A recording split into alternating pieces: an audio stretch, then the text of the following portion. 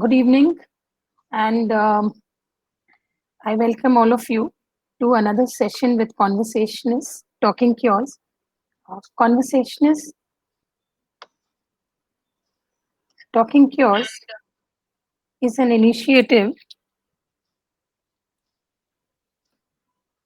it's a mental health initiative. Priyanka, I think still people cannot hear or see us. I am listening to Priyanka, the live. I'm listening to the live myself, ma'am. You can continue. all right. Yeah, ma'am. Okay. So, Conversationist Talking Cures is a mental health initiative, and our aim is to remove the stigma is associated with mental health. And we want that it becomes an everyday affair. People can talk without any hesitation about their problems, anxiety, depression. We also want it to be a new way to converse, so that even it's not just when you feel overwhelmed that you feel you need to go to a counselor or a therapist, but you feel you can reach out to the therapist, and it should be as common as going to a physician. And today we have a very special session, and it is a 3-day session. And in the minds of men, conversations on and about men. And the idea for this started with a very disturbing event that recently took place, which is the boys' locker room controversy. And and what was really disturbing is that they were, of course, the girl was involved, and there were these boys, and they are all 15 to 15-year-olds. And it really was a very disturbing thing personally also, because despite so many programs, और हम इतने programs empowerment के कर रहे हैं, इतने सारे ads दे रहे हैं, and we are talking about toxic masculinity और सब कुछ के अलावा अगर अगर imagery is violent and अभी भी or this is the fantasy or this is what they are going to be discussing, then there is something amiss. And personally, I felt that we are missing out on something, and seeing men in cliche, in very very structured formats. And the aim for today is to start this conversation. The This is an attempt to start conversations about men, understand men beyond cliches, stereotypes, beyond judgments, biases. And 3 days we will be having discussions. Today we have with us two very esteemed people. We have Mr. Aditya Gautam and Mr. Venkatesh Mahadevan. Both of them are experts in their areas. And Mr. Venkatesh Mahadevan, I'm not going to give a formal interview, an introduction of him. I'm going to tell you what he's written as an informal introduction. And he says he has more than 30 years in the corporate in very senior positions as he's an IT leader, technology leader. And though he feels it is more than 50 years, and the recent lockdown has made him discover that he's a very good cook, though. And of course, all the experiments, his family can only tell you if they were successful, but if they have all survived, they were successful attempts. And he says he's a writer also. And though he and the publishers refuse to publish a book, but so what? He's written a book, and that's the way we will say it. And he's also a motivational coach, and that's and he laughs when and I he's written this, that his family is thinking of writing a book on on the trials and tribulations of being with a motivational coach, living with a motivational coach. Venkatesh, thank you so much for agreeing for this Thank you. conversation. Thank you. Aditya Gautam, he is the author of Pornistan. The title of this whole thing, he's the author of the book called Pornistan. The book was mentioned in BBC, and it was it was a very very much acclaimed book. The reviews have been excellent. And Aditya, besides being an author, is a content writer with Google's, and he is also a stand-up comedian. He's worked a lot with our party also. Aditya, thank you so much for being here, and I Thank welcome you. all of you. I also want to tell you that it takes a lot of strength to talk about this, and thank you for sharing. It's a very sacred conversation. It's going to be. And before I the first question I want to ask is a very obvious one, and that is, what does being a man mean? I mean, I would really like to ask you, Aditya. You want to go first? What does being a man mean? I'll let Sir go first. He's been a man longer than me, so maybe he has a better answer. Yeah. Uh, okay, so hi, Chavi. Thank you very much. Can you all hear me? Yes. Chavi, can you? Okay. Yes. Yeah. Awesome. So, good morning, good afternoon, and good evening, whichever part of the world you are in. Thank you, Chavi, for the lovely introduction. I promise you, my wife is not going to be very pleased about that. But hey, what? So what? I'm a man, right? So, like you Yeah. say, um, I yeah. Thank you for acknowledging, Aditya, that I'm older than you. So, not that it's not very apparent or obvious, but even then, uh, we Chavi, it's tough question. What is it like being a man? It's great. I mean, it's great. I think gender bias or gender has really never come into my mind. Would I be different if I was a woman or a girl or a different gender? I don't know. um, I don't think so, but I've always kind of been pretty much the way I've been right from beginning. So people who know me, even from my college and school days, they say you're the same. And while I've aged, and all of that has happened, I don't think too much has changed. But I guess, over a period of time, what I believe is, we men have had it pretty easy. uh, and this is not speaking about me in general, but in general, we kind of feel we are the entitled lot, a lot of times. And I think all of those have to go away for the society to be much better, and it is much better now. For a society to be much better, I guess effective change can only happen when we daily, consciously, irrespective of our age, experience, or gender, actually take a step forward and say, this patriarchy system that is, seeped into our behavior, that kind of comes subconsciously to us, has to go away. It has to be demolished. There is no entitlement. We are all equal. We have to look at what we have, make the most of what we have, whether it's an opportunity, whether it's a job, whether it's working at home. And trust you me, Chavi, one of the things that this lockdown taught me, and like it's taught a lot of people, um, two things. One is I am really a bad cook. While my so-called 10 odd fans on Instagram think that I am a great cook because of the pictures they see, they don't eat it, thank God. But it's tough running a house. It is absolutely tough running a house. It's tough being at home. So when you have a woman who's given up, and I'm taking the liberty of saying this about my wife, Anu. I've been married to her for, again, seems like 100 years, but uh, she I think it's been easy on us, getting up, shaving, shitting, chatting, whatever, going to work, putting on clothes, getting to work, coming back in the evening, having a dinner, watching some television, and going to sleep, and behave most of the days as if nothing has happened while we have been away, and it's all been quiet and nice, is not, absolutely not the right thing. And that's one of the revelations for me, I guess, during these couple of months. Nature has taught me a lot. I am a huge nature fan, and this time I think it taught me facets that I was absolutely not aware of. So that's something I believe is a huge takeaway for me. I think, a lot of us have made it so far, or have made it to where we are, and I'm speaking this in this case, I'm speaking about myself, is because the women out there, or the women who have been either behind us or besides us. And I have, Chavi, grown up in a family with I have four sisters. So I've grown up in a family with, obviously, I'm the youngest, so a lot of pampering and cajoling, and they've been awesome. They've been awesome. Then I got married and all of that. But I genuinely believe, but for any of this, I don't think I would have been where I am now. Point is not whether I'm successful, or point is not whether I've made a lot of money, or point is not whether I've traveled as widely as Aditya has.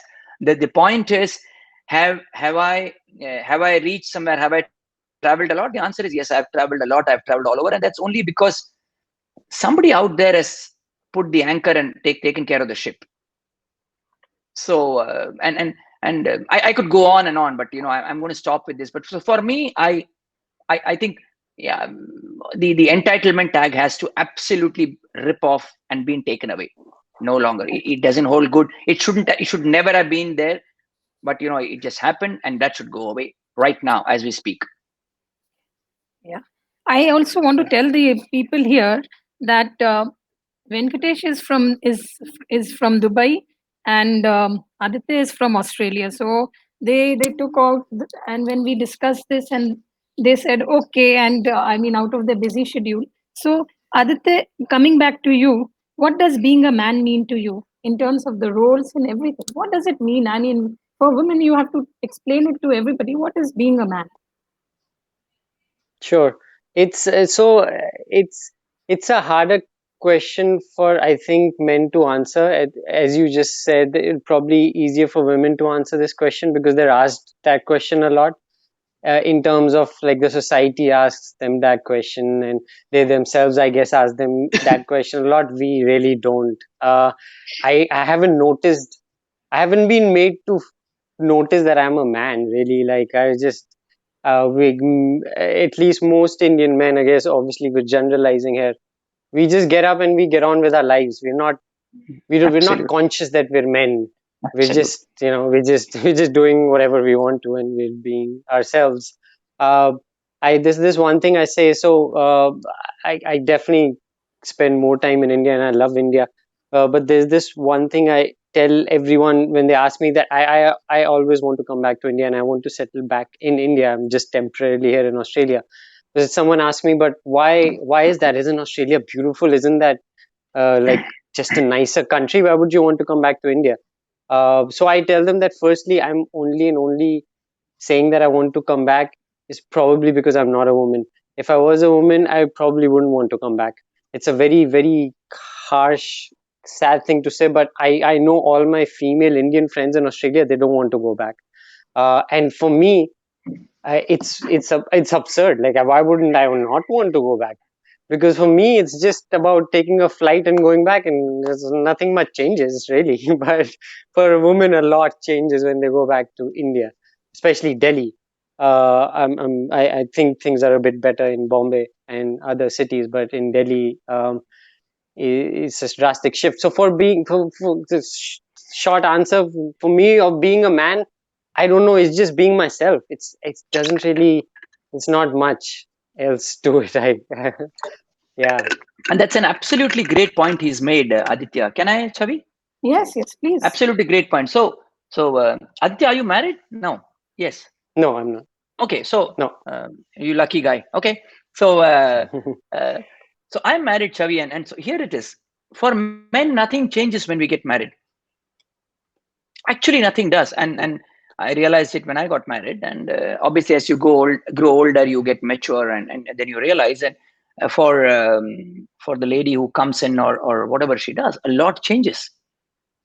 A lot changes from the way she works, from the way she behaves, from the way she's looked up to, the expectations on her change. Obviously, she's been living with her parents all her life, and then she moves out and moves in with somebody whom, even if she knows, she just knows obviously uh, for lesser than we do. And I'm going to give away my age here, but at the cost of it, there was a time when at one of the anniversaries she mentioned to me, and she said, Venki, shit. I said, what happened? And I'm very bad with dates, so I thought I'd messed up something again. She said, I just realized I've lived longer with you than with my dad and mom. And Wow. while we laughed about it, and the reality is that's something to sit back with a coffee and think. Right. And women, I think you should take a bow, and you should pat yourselves on the back, or you should get us to pat you on the back. But that's a huge sacrifice. And what are we talking here? We've done nothing. We've just continued with our lives. We got married, and the next we went. Some of us did, some of us did not go. Went for a honeymoon, and then we came back, and then we continued with our lives. Yeah, that's very nicely put. And of course, women always. I've also always felt that I need a wife or I need a mother. But that's Absolutely. one way of putting us, Absolutely. of defining what we are. But as a woman, but I want to come back to the roles. And I mean, you've not this, but Aditya, let's come to the book then. Because when we are talking about all this, if men are thinking like this, then why is it that that happens? What is the fantasy, the imagery? Where is that happening? So Aditya, that book, I want you to discuss that book, that Yeah. the Ponistan. What was it? Is it Mhm. autobiographical? How did you? I mean, because that is the part of a man also, Yeah. of So everybody. sure. So I wrote this book because I'd been thinking of writing a nonfiction book, and I was sort of trying to figure out what subject should I write on. And then I finally decided I should write something that I would want to read myself. And that's why I wrote about pornography's impact in India, because it had a huge impact in my life, pornography. And I know it's had a huge impact in most of my male friends' life, all of my male friends' life, not most. Uh, and I know that I'm 36, so the impact that it's having on generations after me is much more. Yeah, it's just more intense, the impact. So it was pretty intense with me. So I can only imagine how intense it would be for future generations. So I I wrote this book because I grew up.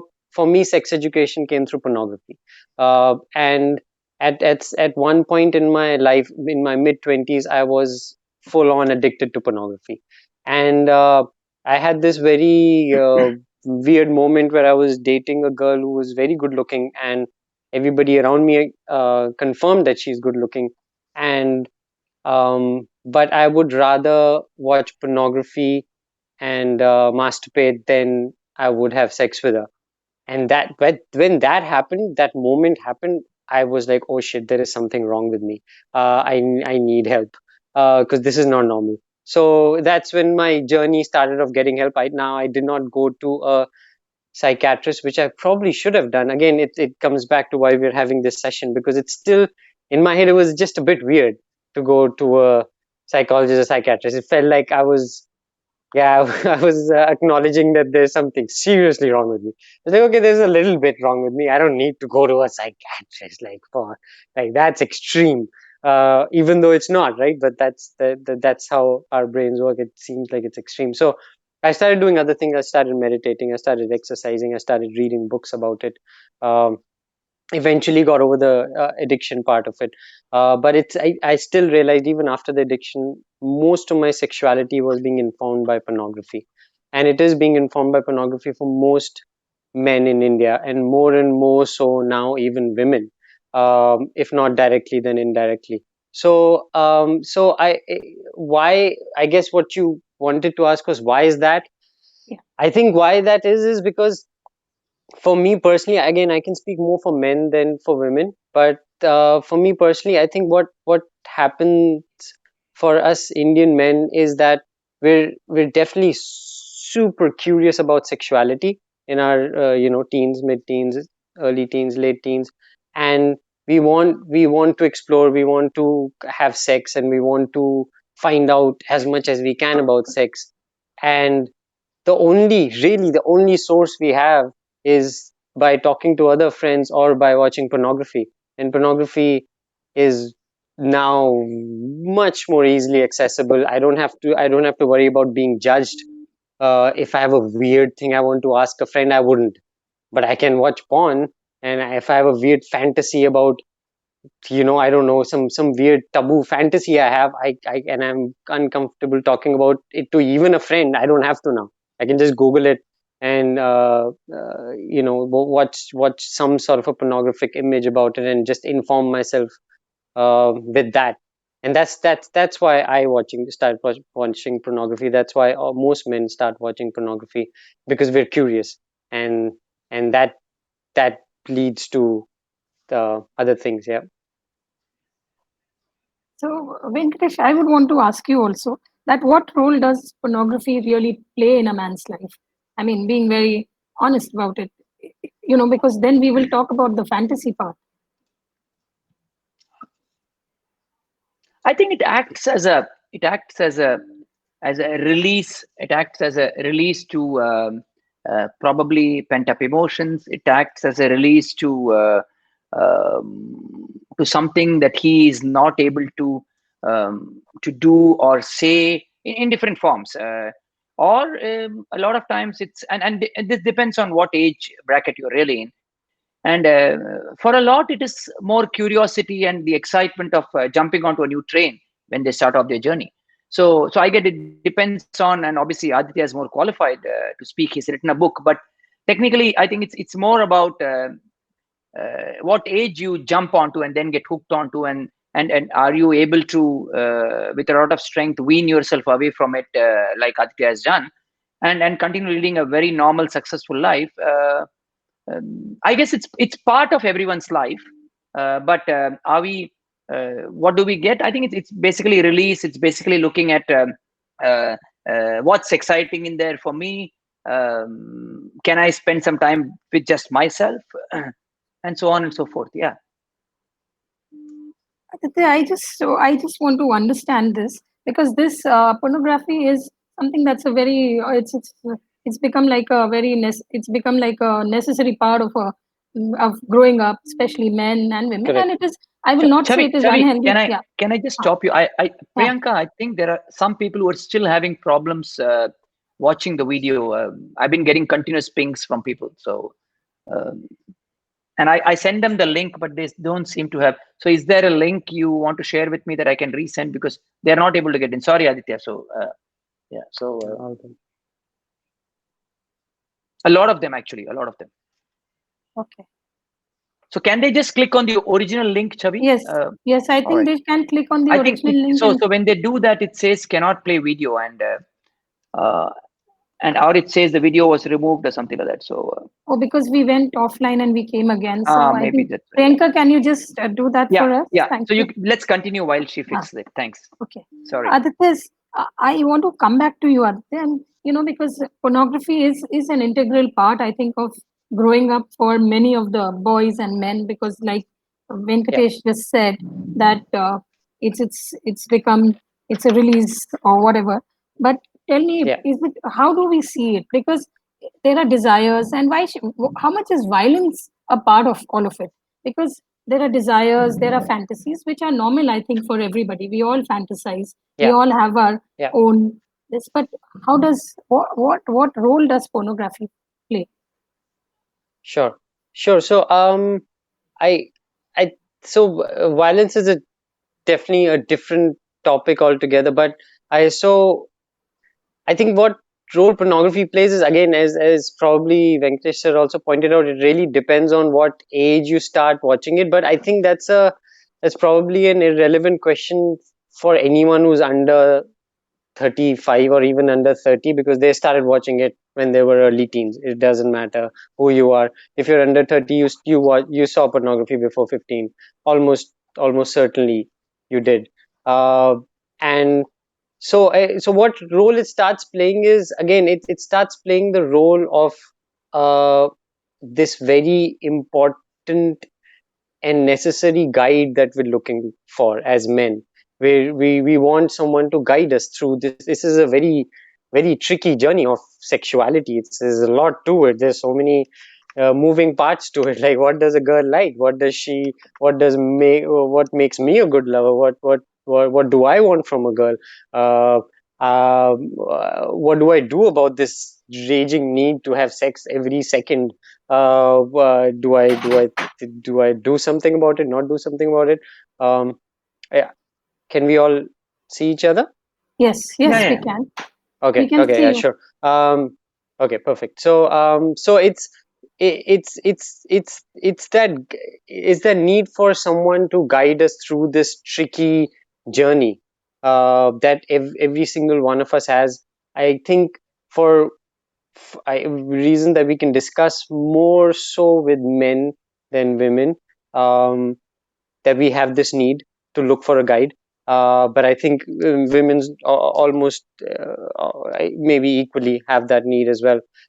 So with violence, what happens is, so I'm this 15-year-old boy who started watching pornography because it's there, it's easily available, and that's the only source I have to get informed about sexuality.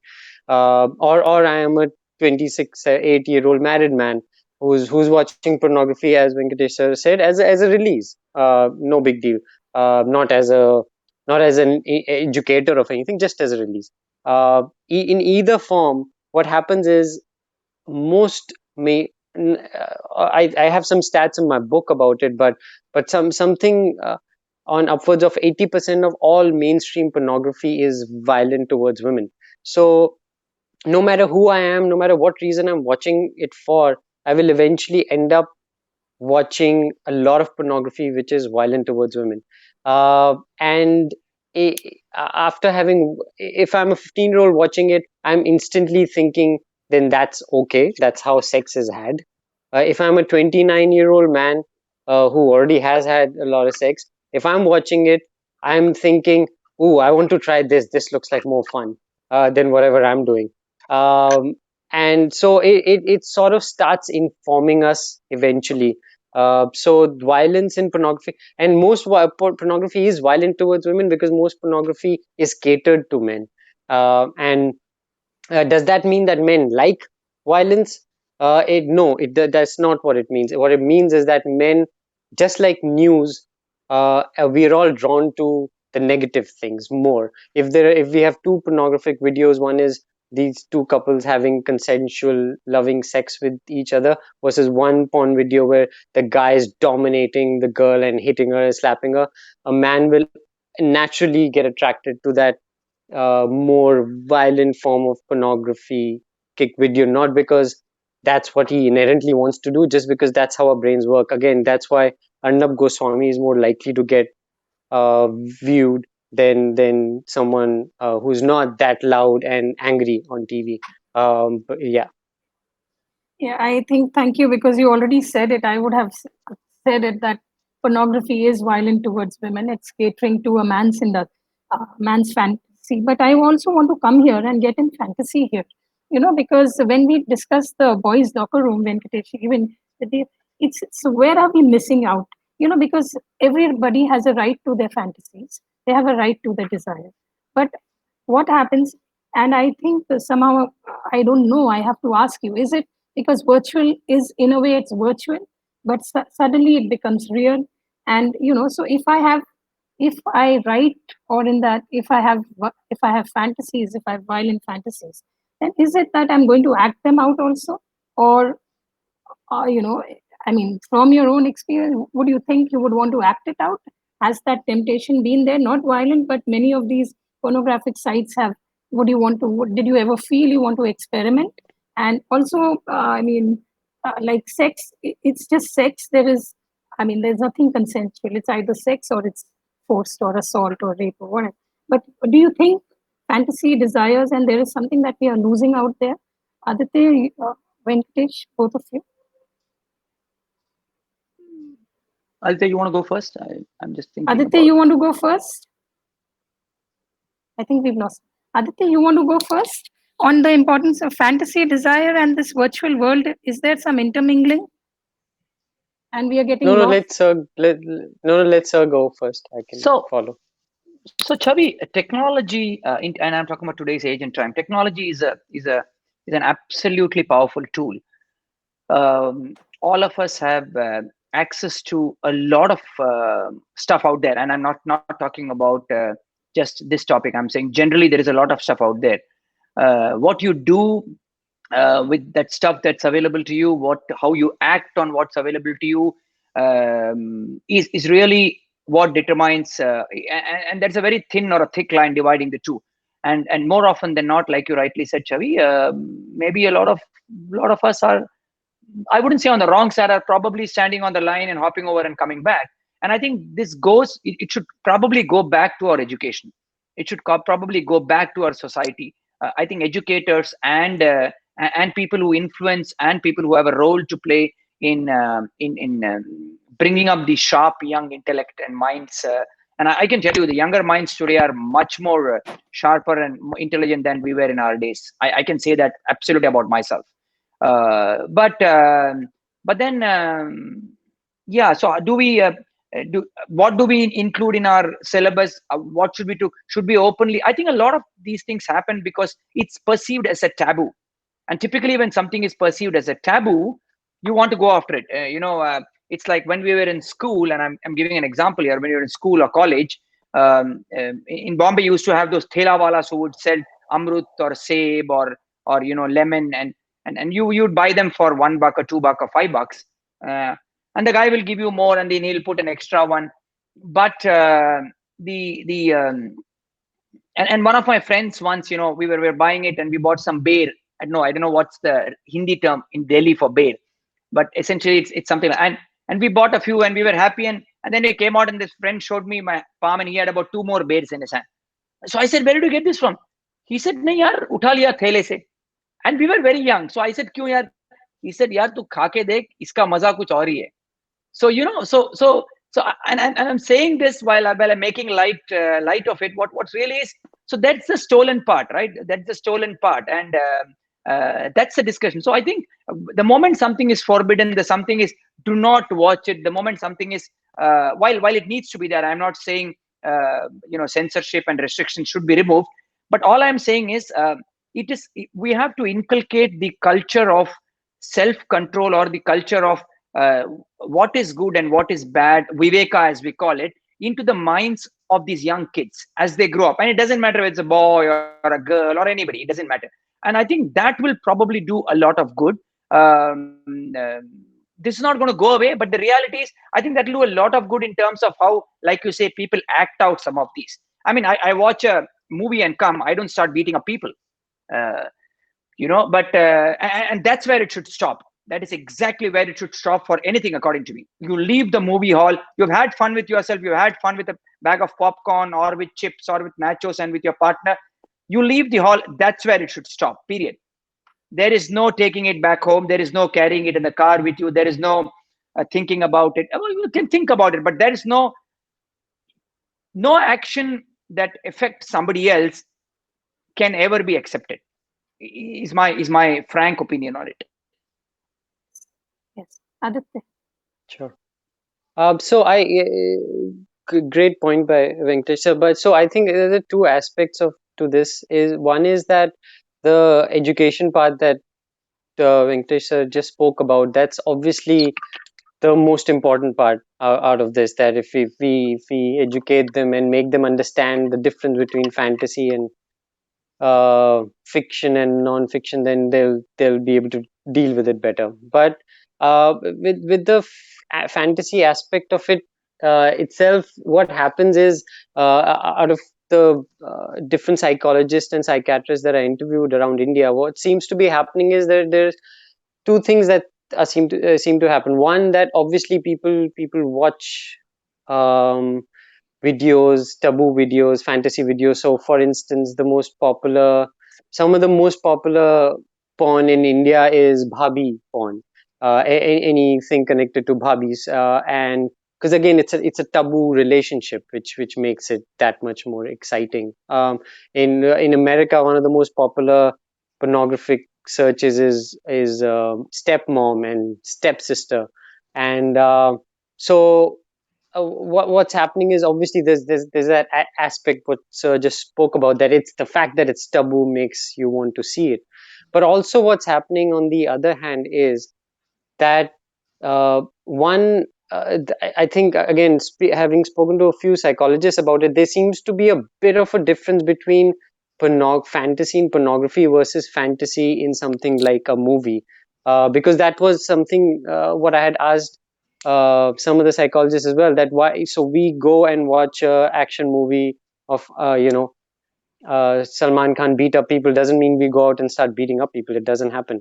Then why is it a concern that people will watch violent pornography and start imitating it?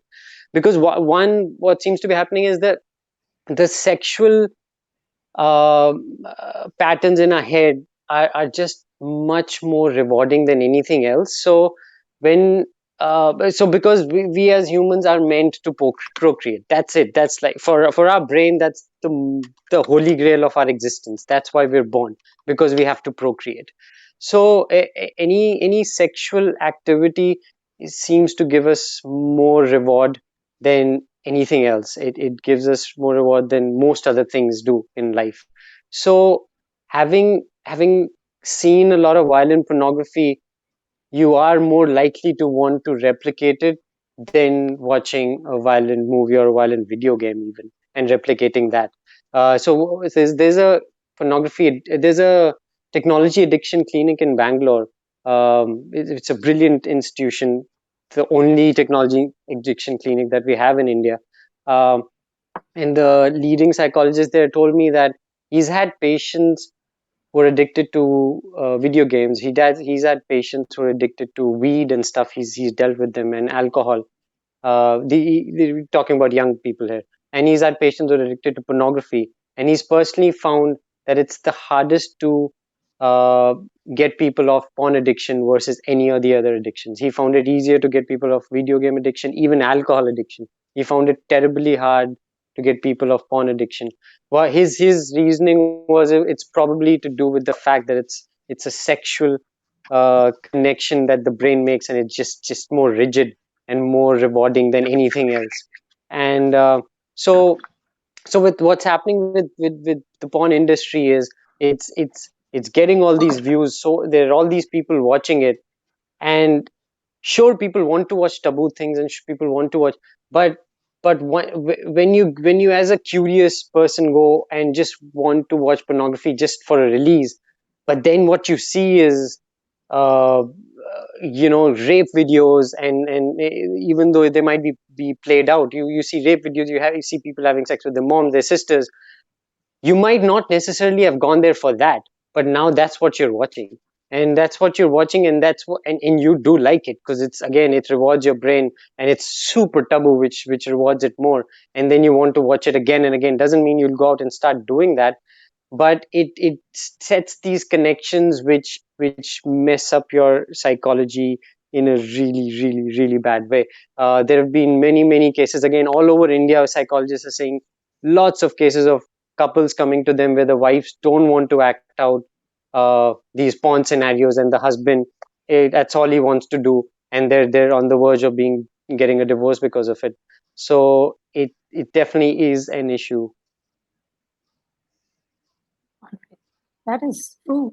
And, because as a psychologist again, I was more concerned because you see, if you, I mean, there are fantasies are a defense mechanism also, and they are very necessary.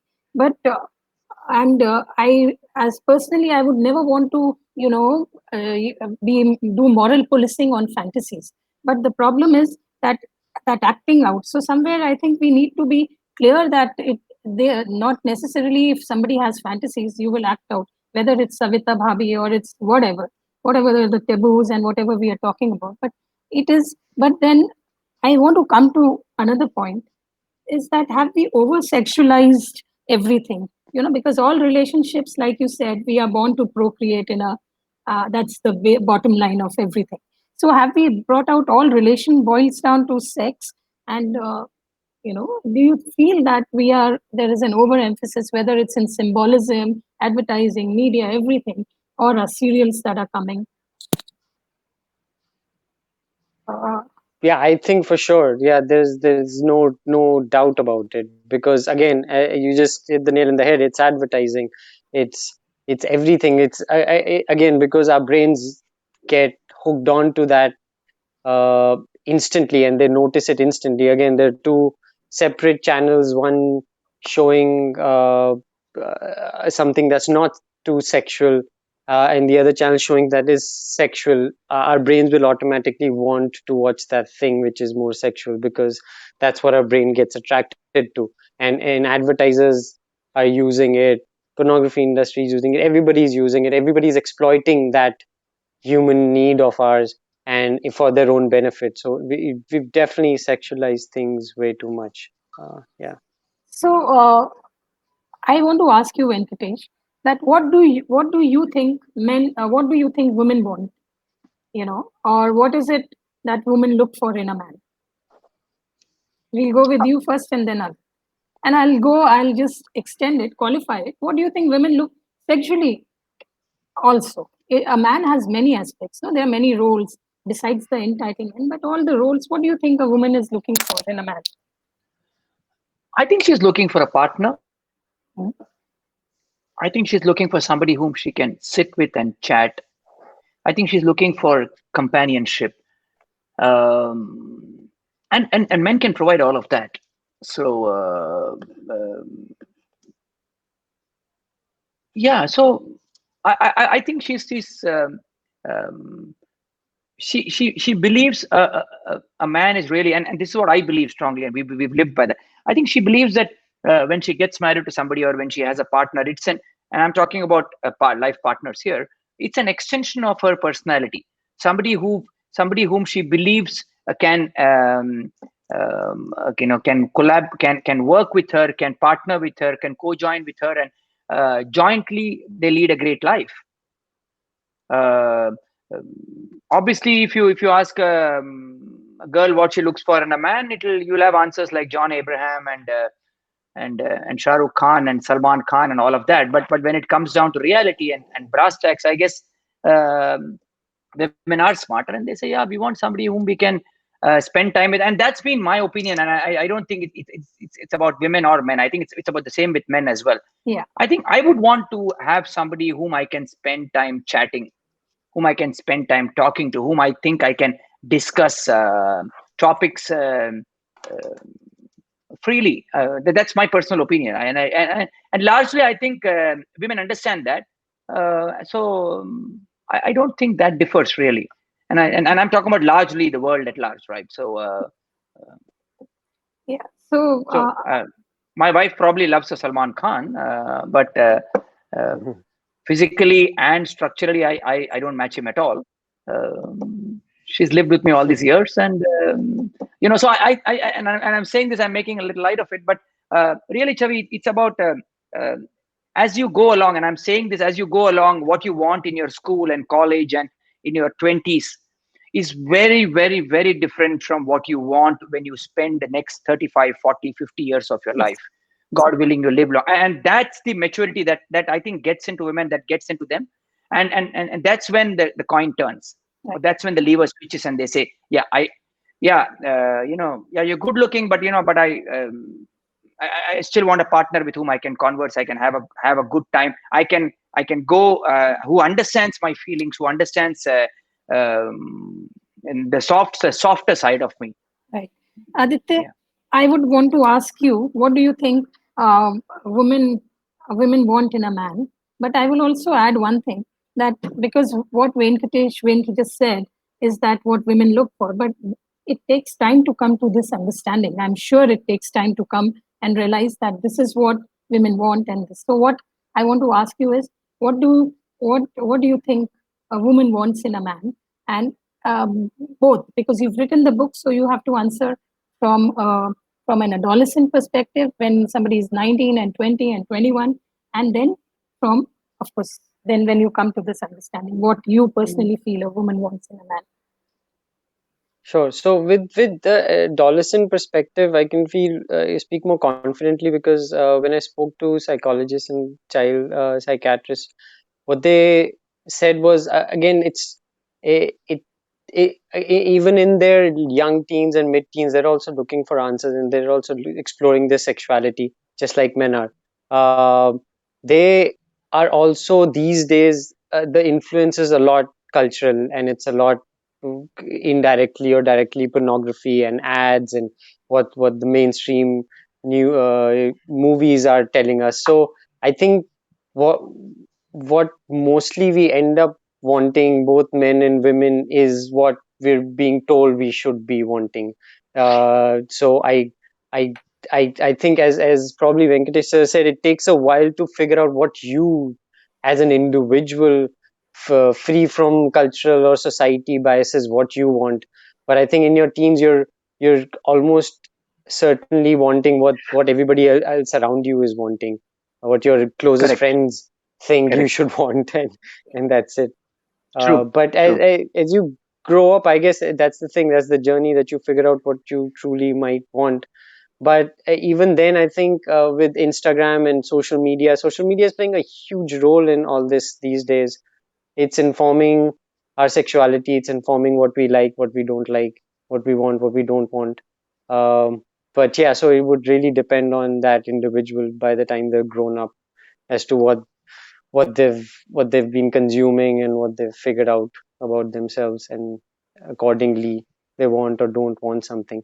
I think biologically speaking, we probably, as Sir said, women biologically speaking probably want the Ritik Roshans, like men I want the. missed him. I missed him, of course. I see him as that perfect human, like He's the Greek god. structurally. He's the Greek Yeah, god. he's a Greek god. Absolutely. Exactly. So biologically, that's what probably they want, but also biologically, what they want, which is probably a little different to men, is what Sir just pointed. They want a companionship. It's a biological need with them because the brain is telling them when they do procreate and they have a kid, they want a man to be protecting them through it. So they do want companionship biologically. Uh, Seems to be a bit more than men do at a younger age, especially. So yeah. Good one. So, there's this quotation that goes, "There is a time in a boy's life when the sweetness is pounded out of him and the tenderness and the ability to show what he feels is gone." Yeah. I just want to ask you, when did this happen to Venkatesh? It's witnessed. Uh, I'm thinking, did it happen?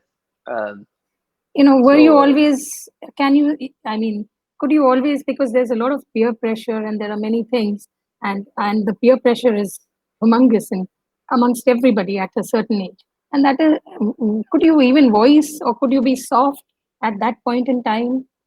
I mean, could you express, could you be emotional? Because men are taught certain things and we haven't touched them. So, Aditya, you want to go first on that? Because performance is a very Uh, important part of a man's life. sure. Could you read out that quote again? Sorry.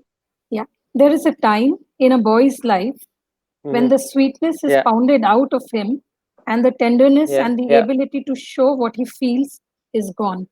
Yeah. When did this happen to Sure. you? So what I'm instantly thinking is that one that fortunately for me, my parents didn't do that to me.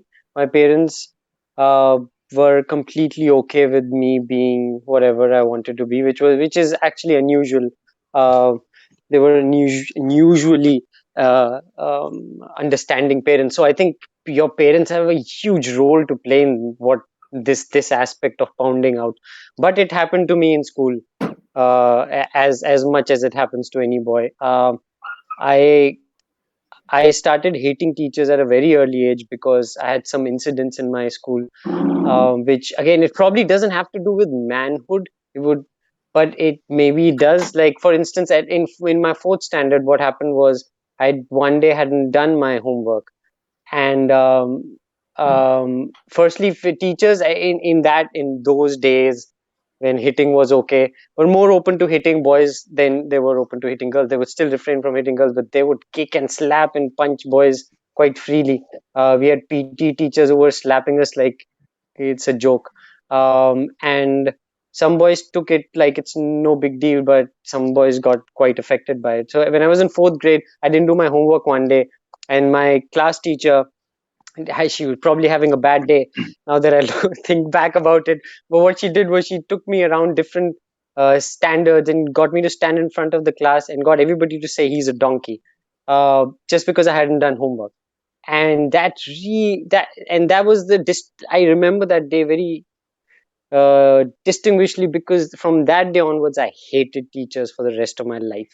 And so it wasn't directly pounding out the boy whatever in me, but it was pounding out something in me. I became very averse to performing in public and talking to people in public, talking about things openly. And there was also always an element of, especially as I grew older and older, that that very stereotypical element which I felt around my male friends, was that don't be a pussy, don't be a pussy, and come on, man the fuck up, and uh, you know, boy, I know it's super cliched, but boys don't cry. That was the thing. I could never think about crying in front of my male friends. That would have completely ruined my reputation. I could never think of doing it. And so yeah, all that stuff did happen. But I think teachers and bad teachers did it more for me than anyone else. Venkatesh, I've been fortunate, Chavi. okay. I've been very, very fortunate. And I'm not saying it for the sake of saying it. I genuinely have been very fortunate. Yeah. Um the I was scared of teachers more for not having done my homework than for anything else. I was not the sharpest brain going around in school for sure, not even in my own class. But no, I haven't really, been very fortunate. I had a very probably, if you may probably call it, I've had a very protective environment. I don't know if you call it. At home, it was great because, like I told you, well, a couple of my sisters were married, but then I grew up with practically four sisters and my mother, and they were like mothers to me all the time. And I had a great set of friends, and this was in Bombay. I grew up in Bombay all my life, so I had a great set of friends, and a couple of them would look after me. But uh, no, I don't think I. So although they used to call me a darpok when I was growing up, and that's what I was. I guess I wouldn't take panga with anybody. I wouldn't stand up on the class and break a bulb. I wouldn't throw a chalk on that on not the kind of stuff you see nowadays. No, I wouldn't do any of that. So I was pretty much docile, if for want of a better word. It was pretty much tame, and and you could get along. You could. So if you ask me to do about 10 sit-ups, I would do it. Not that it happened. I remember one incident where I had moved to Bomb. I'd shifted schools, I think, very, very early on, and this school had Marathi. And guess what? I scored a 0 in the first test. And very young, and the teacher asked me to nothing because I scored a 0. I think the lowest after me was 1 or 2. So 0 was bad. So she kind of made me just stand up, and probably look at a wall or something like that for 5-10 minutes. But it didn't bother me. It never. A lot of things, those things never really bothered me. I was heavily into sports, and I was heavily into. I guess that's the other thing, right? I was heavily into extracurricular activities. I represented the school, I represented the class. I spent a lot of time playing with my friends. So I don't think I've been lucky. I've been, but then have I got bullied by stronger guys? Yeah, probably. Have I got whacked by them? No. Have I got shaken up by them? Yeah.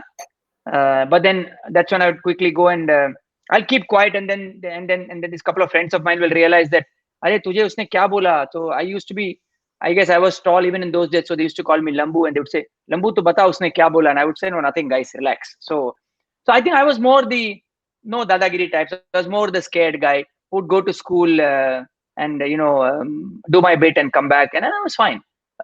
So again, like I said, uh, maybe my answer would be different if I'd grown up in some other part of the country or some other school.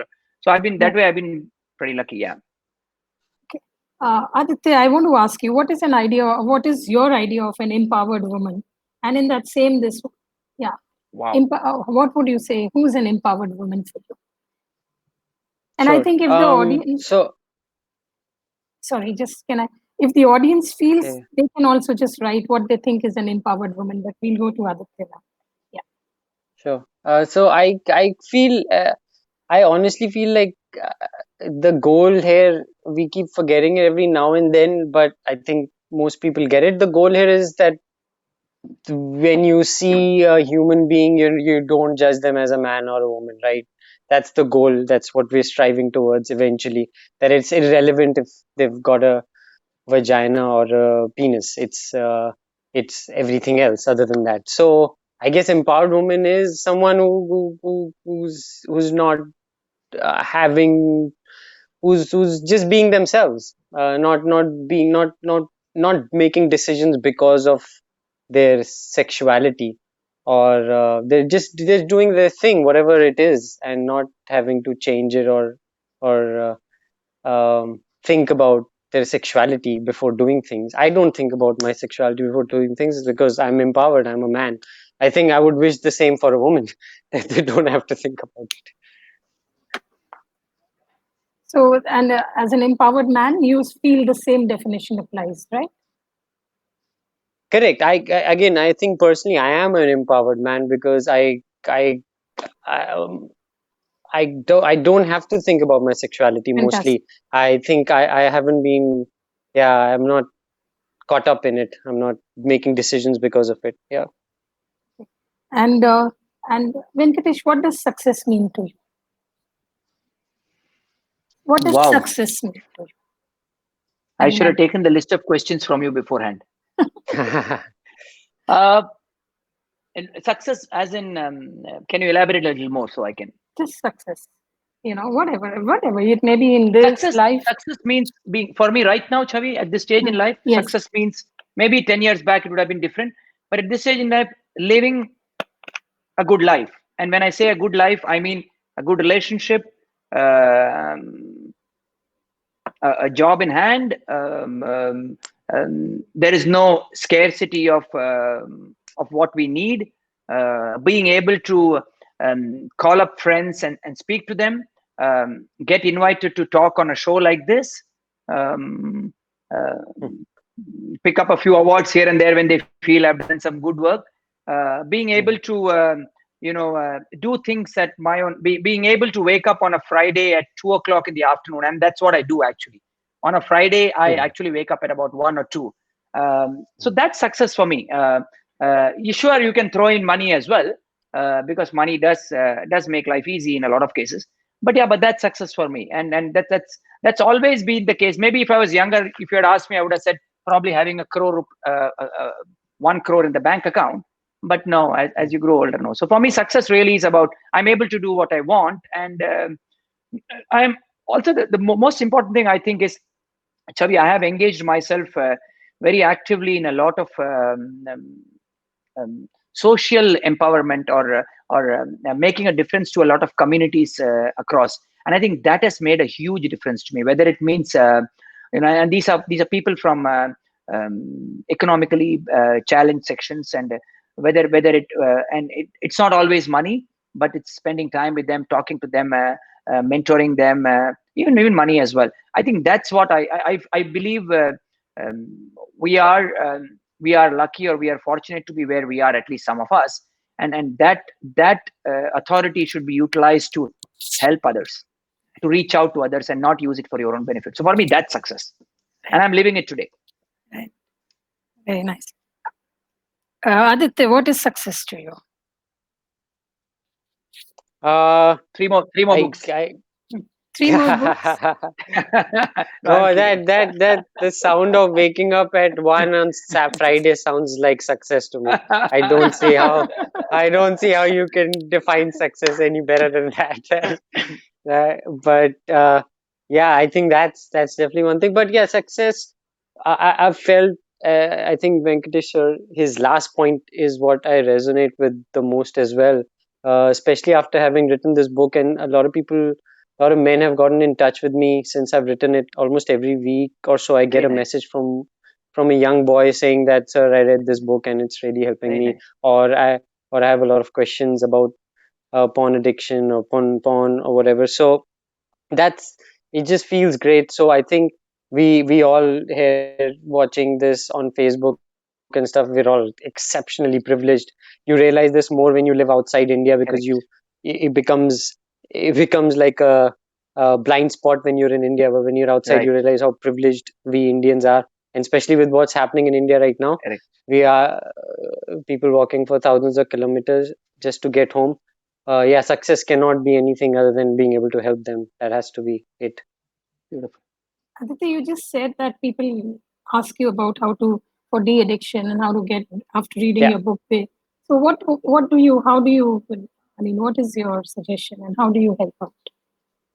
Sure. So I usually just tell them everything that worked for me. I tell them to read the book if they want professional advice, because that's what I've written the book for. But if someone asks me personally, I can tell them more in detail what worked for me, and maybe that works for them too. So what worked for me was, um, one, a meditation worked for me a lot. Now it's meditation, a different sort. There are a million different kinds of meditation. Some meditation might work better for others.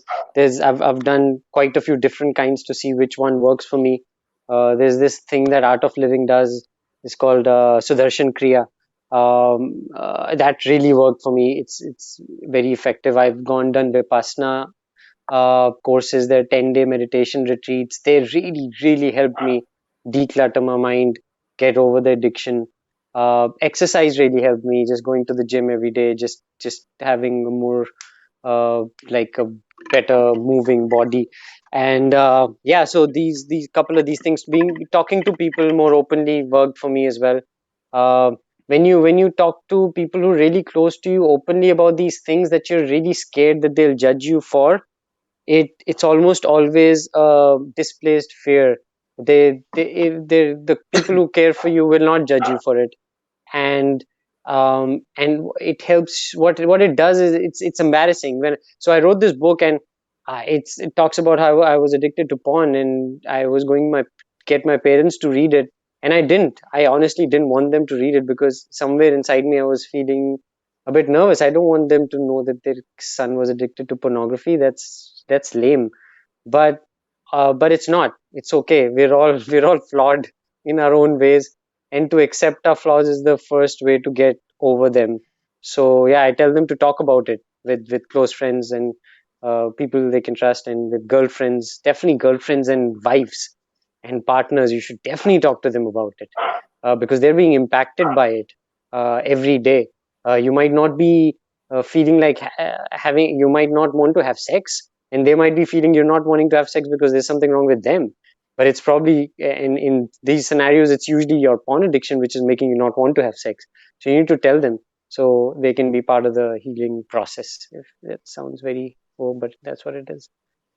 So, Aditya, another question I have to ask you, because this is something that everybody needs to talk openly also. So, what would you say Yeah, is that, because both of you, even Venkatesh touched on that the reason for porn addiction has been that because there is no alternative available for men and women to really learn about, yeah, their sexuality, because everything is so taboo. Masturbation is taboo, everything. So, what do you yeah. suggest? What do you suggest can be done? Because besides, everybody will Sure. not go to a counselor or a, what do you Yeah. think can be?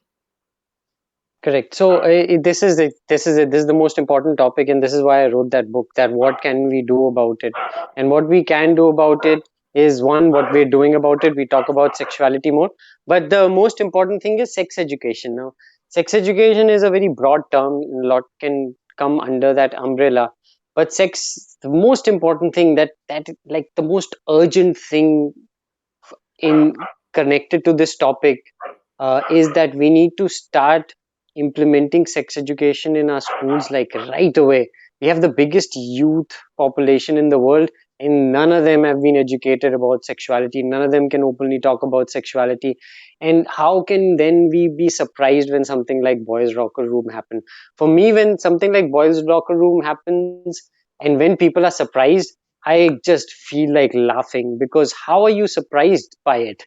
What we men and girls both, but we can't talk about anyone. We can't talk to anyone about our sexuality, and then we do stupid things.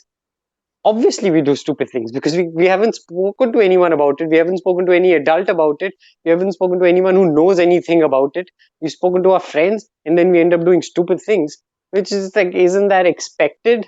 It would be weird if we weren't doing things like the boys locker room. That would be weird. The fact we're doing it is completely normal in a society which has no sex education.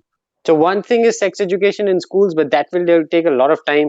The governments will have to do a lot of things which they don't seem to be too keen on doing, especially the current government. But what we can do instantly from today is talk about it openly at homes. So parents can start talking open. There is no other way. I spoke to so many psychologists around India and around the world. Everyone had only one answer for what we need to do to have a better sexually and how we educate our younger generation about sexuality, and have them act more positively, more responsibility. And everyone said the same thing, that parents need to start openly talking about sexuality. They need to become friends more than parents. Now a big argument against that is that, our parents weren't like our friends, and we grew up just fine. Firstly, parenting needs to change because the world has changed. Parenting can't keep being the same while the world completely changes around us. So the world has changed. Your 14-year-old kid can now access pornography, hardcore pornography, on his phone. If he or she doesn't have a phone, they can access it through their friend's phone. And that's how they'll understand what sexuality is, and that will be damaging to them and their future sexual relationships. So start talking about sexuality with your 14-year-old boys, girls, even younger. Psychologists told me they should start discussing about things like sexuality as young as 6 7, and talk about it openly, and that's it. That's the only way. Yeah, Venkatesh, you are a father of two sons. And so, how have you discussed it? Thank you for reminding me about it. No, Chavi, it's time. And so our household has typically been a free for all. We are at times our household resembles a stand-up act. So we are as explicit as we can get, and it's been like this. I'm pretty much comfortable with colorful language even at home, and I get pulled up by my wife very often, and then she realized one fine day that the guys used it, and then she took off and on them, and by the time I think they were 13 or something, and they said, "Mom, what is the big deal?" Thank God they didn't tell them Dad also uses it, so I escaped that day. But they said, "What's the big deal, Mom? Relax, chill." So so it's been a free, and I think and those days I used to get, obviously I used to get shouted by my sisters, and I used to get shouted by some elders around the house saying, "What is this? You're not controlling the kids. You are letting them." So and my point was, even at that point of time, and I believe in it even today. My point was, what's the uh, we have open conversations. My boys and I, we have open conversation. It's definitely not taboo. I mean, listen, and like Aditya beautifully said it, you can take away a phone from a kid. You can't, and my kids probably grew up in the I wouldn't say pre-email, but probably grew up in the very early days of the technology revolution. They're now grown up, but so you can take away a phone, but you can't take away his access or his ability to access the content that's out there. I mean, all it needs is a phone line with a connection. We have in our house, Chavi, we have always openly talked about sexuality. My kids surely knew that they didn't come because mom and dad went behind a tree and kissed each other. They know that. I promise you that, and they knew this very very early. So we spoke about it. Did we speak about it? Knowing fully well that 20 years down the road, Chavi will be calling me on a show on Conversationist, and no, not at all. We spoke about it because it was okay to talk about it. It was never a taboo, although in family circles and other things it was a taboo, even the place we're growing up. But as a thing, it was not. We would talk very very openly, and I think that's something that I would encourage. And I see, so when a kid uses a bad word today, I see parents react very adversely to it, and I'm saying relax, because you can react adversely, but the kid is going to stop using it tomorrow in front of you. That's what is going to happen. He's not going to stop using the word. Yeah. And I'm talking about ages where they are formative, right? I'm not talking about 5 6 7. I'm talking about the formative 10 12 13. Yeah. He's going to use it outside, and he'll say, "यार ठीक है, मैं घर पे use नहीं करता हूँ, mummy भड़क जाती है." But I'm saying, people should encourage that. And Aditya rightly said, I think a lot of parents are, I wouldn't say are not ready to be parents, are probably don't know how to handle it themselves, because they've probably grown up in era where bad words were bad, and all of us watch. So I keep telling my friend, all of us watch stand-up shows today, and stand-up shows, you will agree with me, Chavi and Aditya, they are as explicit as they can get, right, on any channel. So we watch them on our phone, and then we turn around and we look at our kid and say, "Why are you using this? You're not supposed to use this. Is a good household." I mean, using a bad word doesn't make a household bad. It's just an expression. Now, obviously, there is a decorum around it. Obviously, there is a place, there is a time, and all of that. But they know it, and my kids have grown up knowing that, because that was not. And it's not about so sexuality was openly discussed, and we realized that a woman has as rightful a place in society as a man does. As kids were growing up, and we always realized that, and like he said, we really didn't differentiate a man from a woman. Right, So right. you talk about empowered woman, and I'm saying, for me, empowerment is about, doesn't matter about a man or a woman. So I think kids should be brought up with that. So we spoke about sexuality, we spoke about, and we discussed the all of the types of different types of sexuality. We discussed that very openly. It was not about a hidden conversations, or it was not about a conversation that to stop when the mother walks in. No, it was a very, very open conversation. He didn't have to come and ask me, Dad, can I talk to you about this? He spoke about it. Right. They didn't have to go to their room and talk about it. They didn't Right. have to, we don't switch off. If there is a show going on about sexuality or about something, we don't switch it off when the kids walk in. And it's been like that always. All right. So I want to ask one question while we are talking about this, and both of you seem very comfortable. So if I have to say, okay, Aditya is a very masculine person, are you comfortable with that, Aditya? No, I'm not at all. I'm not. I would like to be, but I'm not. I, All right. I would like to be in the sense, like, I'm joking about it, but no, I don't see myself as a very masculine person at all, because I I think I do a lot of things. I have a lot of characteristics. I have a lot of habits which are not masculine at all in any way. So yeah, I don't think I'm very masculine. But I don't think on the other hand, I don't think there's necessarily something wrong with being very masculine either. Uh, I'm just naturally not very masculine. But I have cousins, I have friends who are very masculine, and that doesn't necessarily make them bad people. Exactly. You can be masculine and still be making right choices and be doing the right things. Yeah. Yeah. Venkatesh. I mean, I don't know what being masculine means. So I really don't know, Chavi. So if you mean 6 feet tall and 42 or 45 inches chest and 17 inches biceps, then no, I'm not masculine.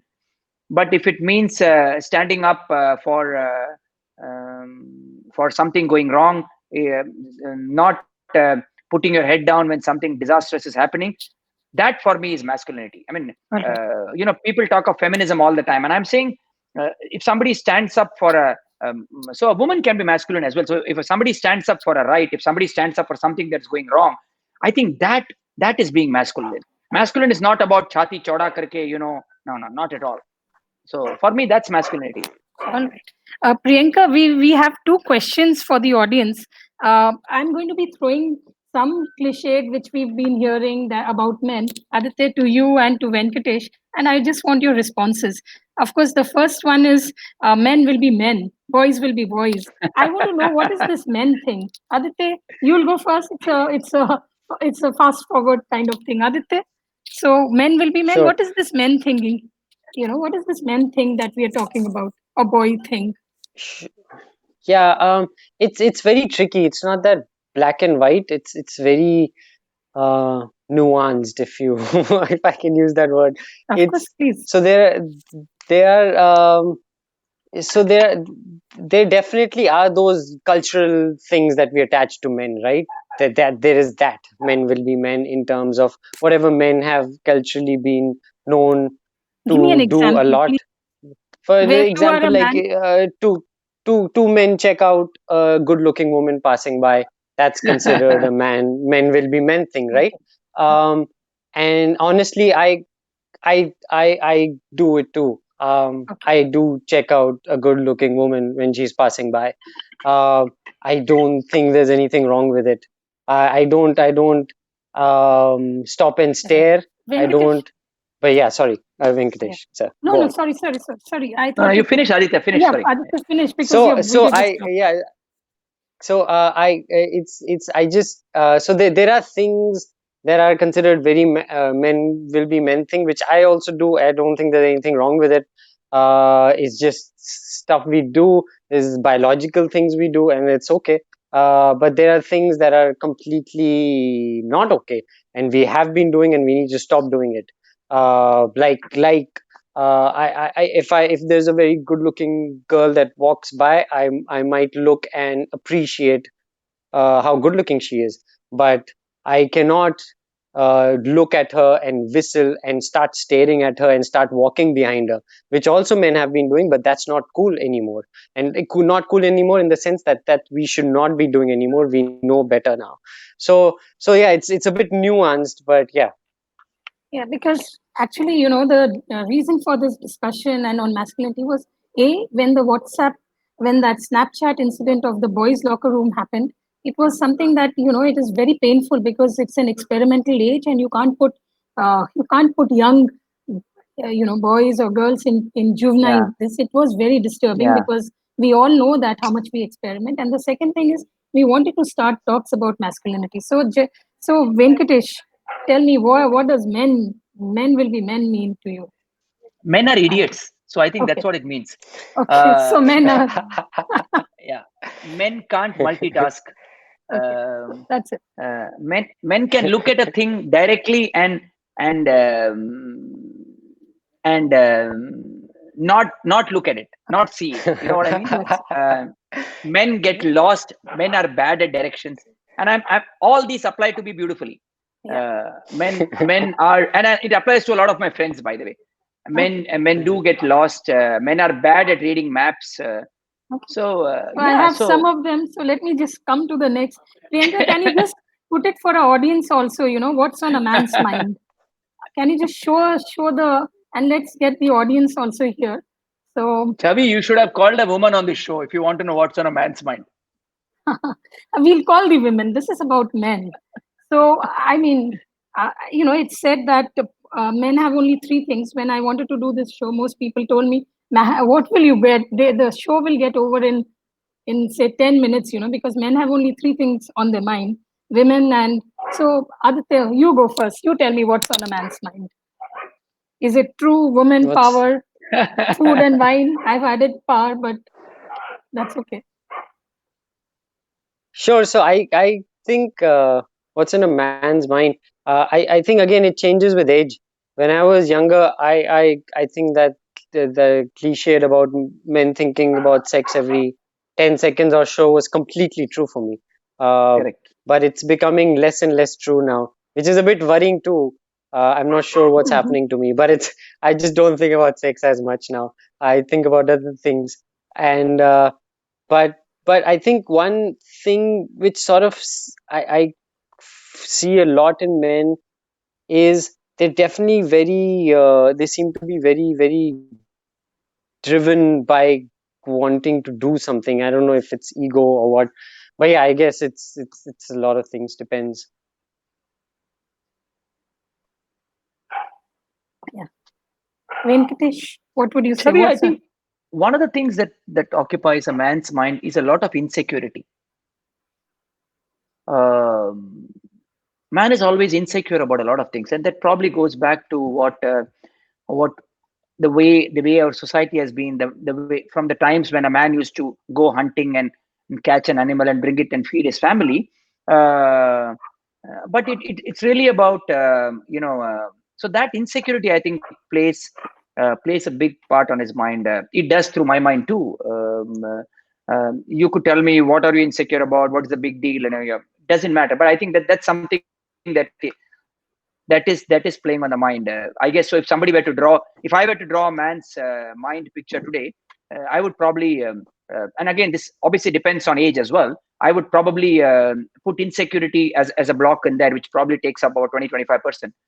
Two, yeah, we think about women. Yeah, sure we do, and that's no different from women thinking about men. But yeah, but we do think about women. I think sports and things moving fast is something that occupies a man's mind a lot.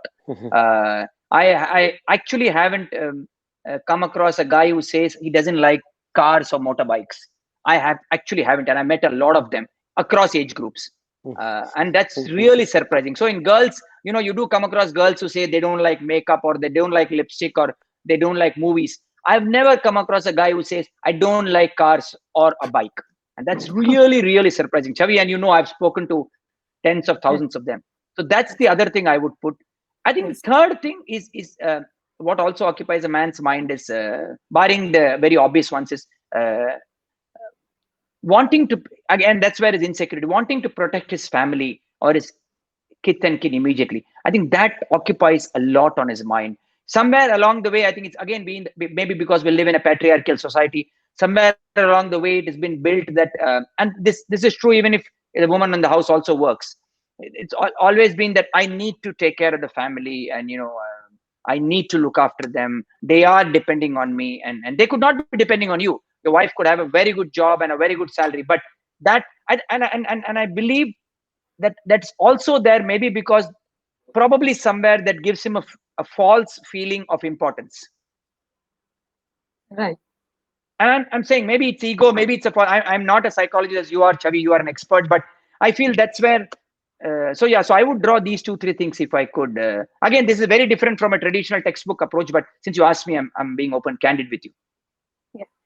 I mean, it has, because tomorrow we have two psychologists, one relationship expert, and we're going to analyze, and Wow. we're going to do a little bit of psychoanalysis of men and many more cliches. But one thing, the first cliche I've broken is that we've had a conversation for almost an hour and a half, and so Wow. men can talk, and it's not. So And I must tell you this. I think we get big. My father-in-law says this, and we get making fun of. So we used to live in Bangalore. We were living, and we used to live close by. So he used to drop in home, and he one day came home and he said, and this is after many years of marriage, so it's too late to do anything. So he one day walked in and he said, "Listen," and he asked his daughter. He said, "Tell me, you guys speak so much. Who in your house listens?" So I'm yeah. remembering that because you said this. So so we both of us have spoken a lot. So I guess Aditya has something similar to me, I guess. So It is, and I hope you can read the comments, because people see, they are saying, the Madhuri is saying she nailed it. Men have sex, sports, and toys, and the toys on their oh, she toys is said your that. Oh, cars, and lovely. yeah. And people are saying carry on the conversation. So I'm still going to throw some more cliches. Aditya, it said if women could read men's mind, every second man would get slapped. I mean, what is this? From where does this come? I What I is on a think man's this comes mind? from I think this comes from not understanding how a human brain works. Because if we could read anyone's mind, everyone would be getting slapped all the time. We're all and more than slapped. I think most of us will be thrown into a psychiatric Yeah. hospital, because most of our minds are completely out of control. We're thinking about Agree. rubbish shit most of the time. So it's not unfair to pick on men. Uh, Okay. Separately, we all need um, some help in understanding how we can channelize our thoughts, because our thoughts run all over the place, and hence it leads to some random negative, bad, shitty thoughts. But it's not, yeah, it's just You know, it's more of a, more of a yeah, it's not the problem. It's more of like a symptom of uh, a problem, of which is out of control thoughts. Yeah. Yeah. yeah. When I was doing Google search, I just put men, and the first thing came is barber shop and but when you put women, there are so many others which I will not discuss right now here. But tell me, what is this? Men are from Mars and women are from Venus. Aditya, we'll go to you first and then to Venkatesh again. Okay, sure. So I haven't read the book. I've heard really good things about it, though. I wanted to read it. Uh, I have some friends who are not into astrology and stuff at all, and they still like that book. So I I do think there are biological differences between men and women, which we seem to ignore in trying to bring women, empower women. We sometimes forget about them, forget about the fact that there are some inherent differences between men and women, and it's okay. Those differences aren't bad. They just are what they are. We do happen to have more testosterone, which does lead to a bit more aggressive outlook towards life. It's proven. These are facts. These are not these are not just random opinions. These are facts that we have more testosterone. We're more prone to building muscle than an average. These are all obviously generalities. We're more there's certain things that we're more prone to wanting to spread our sperm. These biological things which are different from men and women, and other than that, obviously there's this one layer, and then there's this huge uh, layers of cultural shit which can be gotten rid of. But there are at the base of it, there are some basic differences between men and women biologically, which we should not ignore. We should understand them and then work with them.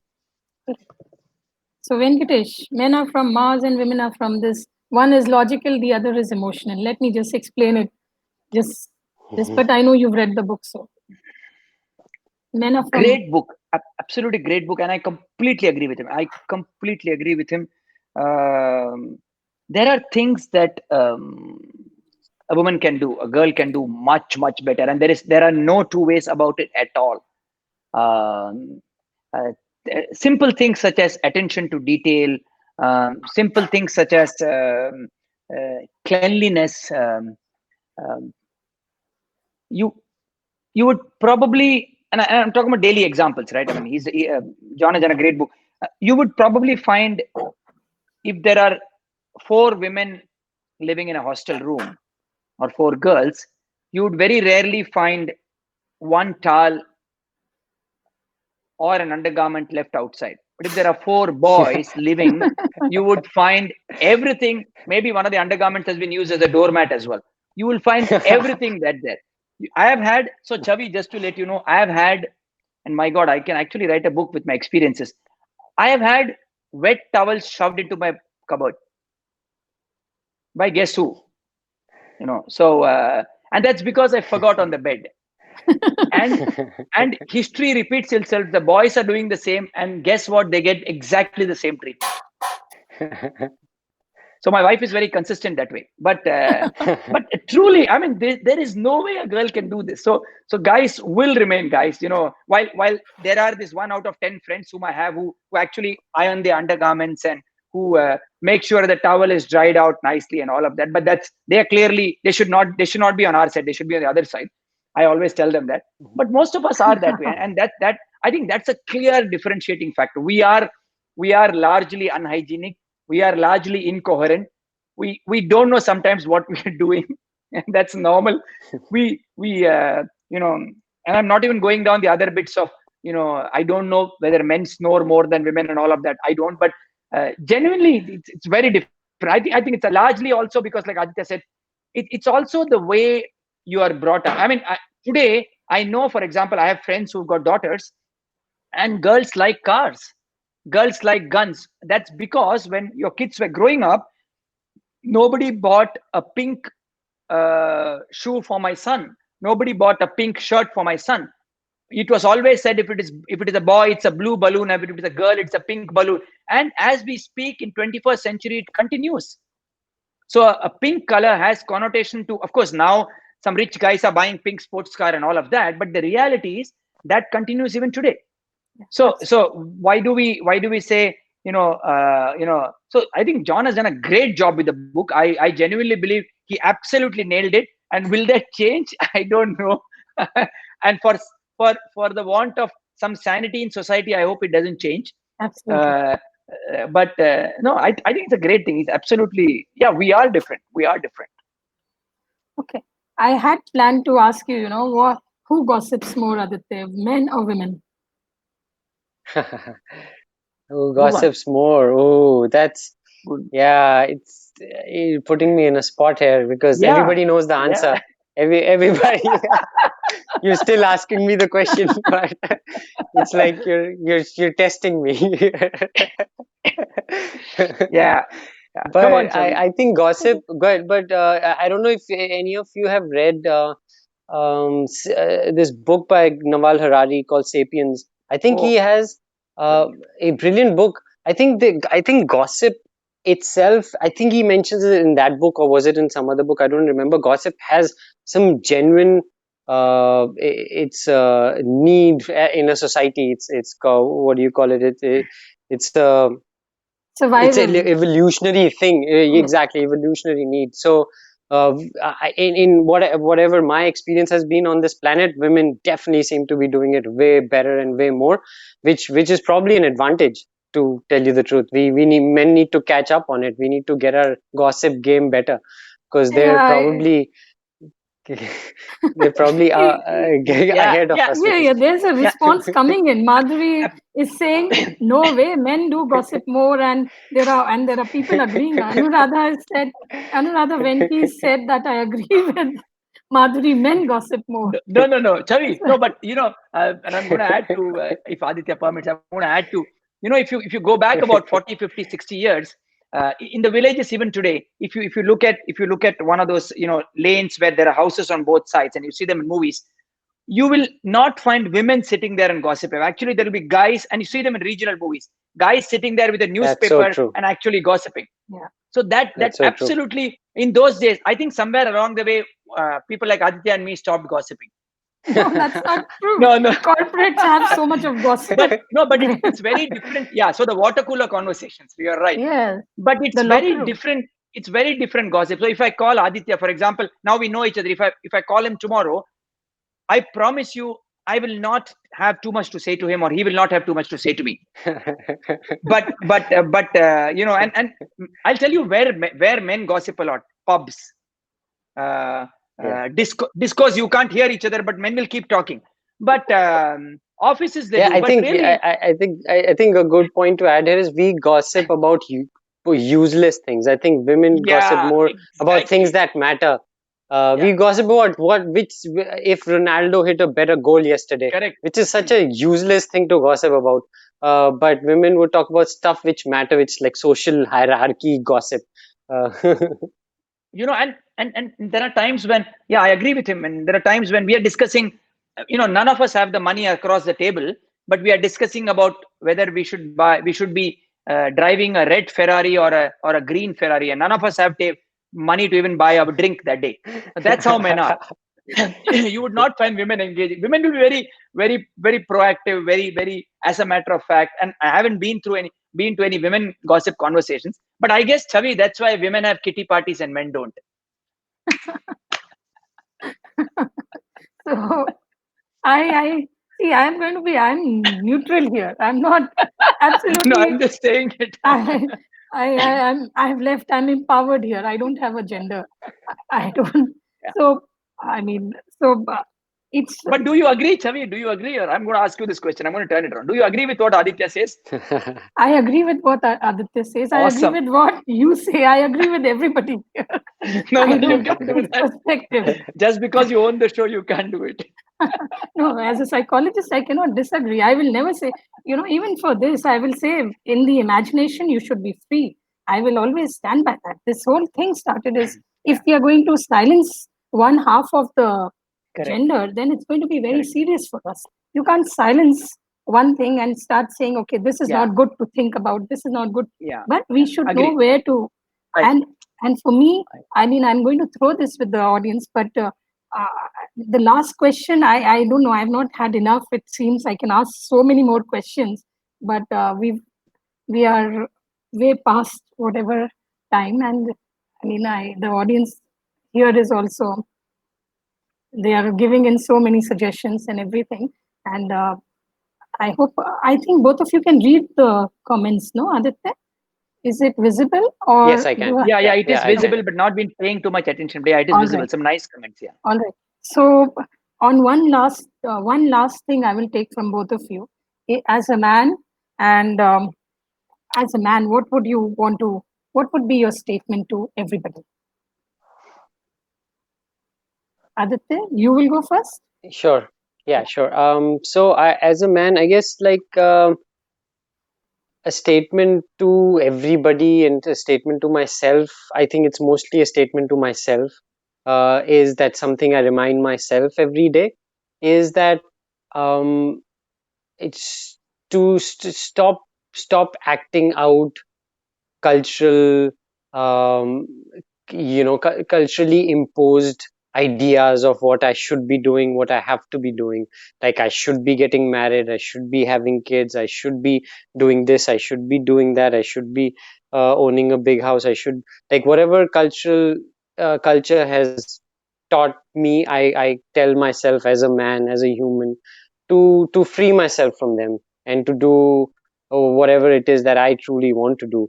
And to all men, especially Indian men, if I have to give them a message, it would be that we really, one, in terms of pornography, I would advise everybody to live a more sexually healthy life. Talk about sex more often. Men don't talk about sexuality with each other like we were talking about gossip. We should Yeah. discuss it with friends more openly. We should discuss about things that we're scared of sexually.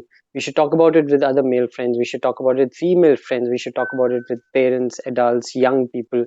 Talk about sexuality more. It doesn't make you less of a man when you talk about when you discuss things you're scared of. That's something that I was definitely taught as a man, to not show that I'm scared. And it's Yeah. okay to be scared. It's completely okay to be scared. It's, in fact, if anything, it's more manly to be scared and admit True. it. And it's True. it's more human to be scared and admit it. That would be my only message. Yeah. Thank you. Thank you. Venki, your Uh, thing to be. Stop What should acting we? a man. Stop Okay. stop thinking of yourself as a man. I guess all of us down somewhere need to believe, and more as men, is stop being entitled. Stop feeling the sense of entitlement. And you're not entitled for anything. You are as much entitled as every other person, or every other sex there is out there. So stop being entitled. Eliminate the age old, century old tradition of uh, patriarchy that you carry around with you. Demolish it. Don't carry it around with you. Too much of baggage carried around for too long. Time to shed it. Time to lose weight. This is the age of style of losing weight. Do it. Get rid of a few kilos there. Right. uh, yeah, and when you converse with somebody, when you have a drink with somebody, when you're sitting on your balcony and chatting with somebody, I think I would say communicate more, have more effective conversation. Talk about topics that are topics. Don't get personal, and don't generalize as in, oh yaar, people say, oh yaar wo to ladki hai. Stop saying that, for heaven's sake. Stop saying that. Because for every wo to ladki hai, there is a are yaar wo to ladka hai. We may not talk about it there, so we should stop saying that. There is nobody masculine. I think that word, unless you want to define masculinity like I said, that is the definition of masculinity. We are all we have a very large, considering that, and if I take the entitlement bit a little bit further, if we do want to consider ourselves entitled, then I think we should do things that can empower the society. I think we should do things that can make people believe we genuinely live in a better society. And I have done my bit, and here's my tick in the box. And if we can't tick the box, and if I can't cross out the I's and the T's, then I have no right to be a man, if you may call it. Right. That's what I would say, Chavi. Seriously. Right. So, with that, thank you for being on the show, and thank you for sharing your thoughts. Yes, conversation is for us. It is. I mean, we respect and thank you. This is a sacred space. Almost when anybody shares their thoughts, it becomes very, very sacred. And Yes. Aditya, thank you so much. And I'm very honored. Venkatesh, thank you. Thank you Pleasure. for being here and sharing your thoughts. And Thank you. It was and a complete pleasure. Thanks for having me on. That was a great Aditya, pleasure, and aw- aw- I'll be watching tomorrow and day after. thanks, oh, Aditya. thank you Awesome, so awesome chatting with you. Chavi, thank you very much. Yes, yeah, thank, we will stay in touch. We Thank you. will, we will. Thank yeah, you very much. yes, Thank you, Aditya, thank Priyanka, for getting us on. Thank you. yeah. Yes, thanks, And Priyanka. Thank you. And before we end, I just want to summarize what has been said here. And one thing, the takeaway for everybody has to be: masculinity, being masculine is not is acceptable. And what we are doing as a society is, agar hum toxic masculinity kar karke, agar hum if we take away something from the men, then what is happening as because I've been just reading and hum kya kar rahe hain? Masculinity means being assertive. It means strength. It means taking decisions. It means having courage to face situations. That is masculinity, and we cannot take it away from people.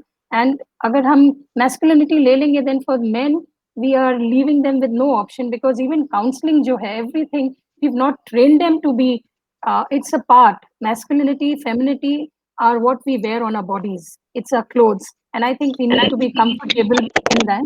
And that is the only thing I want to leave this with. Tomorrow we have two psychologists on board, and we will be discussing more on the psychodynamics and what goes on in a man's mind. But masculinity, I want to leave this. Masculinity is not toxic. Masculinity is acceptable, and it's okay to be masculine. It's okay to be a man. And with that, thank you once again to Aditya and Thank you. Venkatesh, thank you Thank for being here. And thank you to all of you. Please send us your responses on what's on a man's mind. And we have one more thing. What is your idol of this? Priyanka, if you can just show the creative, and you can send us you can message it to us and you can put it in the chat. But we would love to have your responses here.